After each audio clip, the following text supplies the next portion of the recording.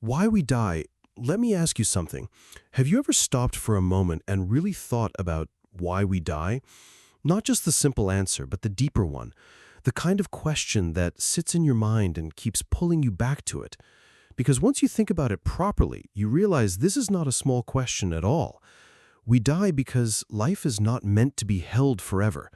That sounds cruel at first, like nature made a mistake and forgot to give us a permanent place in the world. But maybe death is not a flaw in life. Maybe it is one of the things that gives life its shape.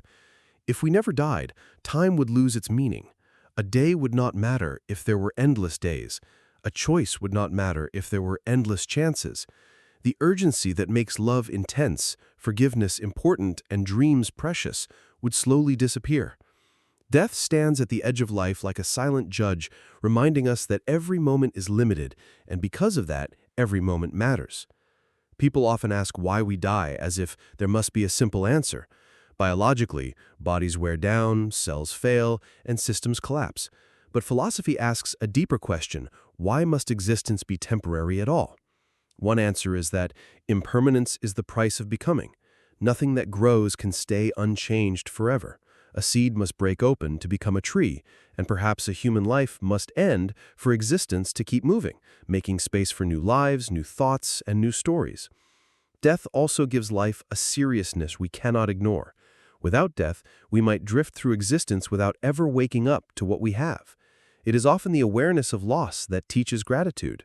We value a person more when we know they can be gone. We cherish a season because it will not return. Strange as it is, death makes love more human. Maybe the real question is not why we die, but how we live knowing that we will. Some people respond to death with fear. Others respond with denial.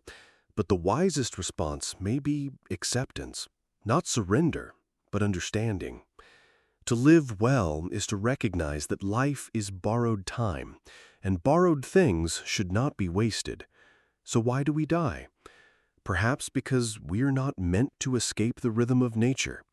Perhaps because endings are necessary for beginnings. Or perhaps because life, in its deepest wisdom, only becomes beautiful when it cannot last forever. Death is not only the end of life, it is also what gives life its weight.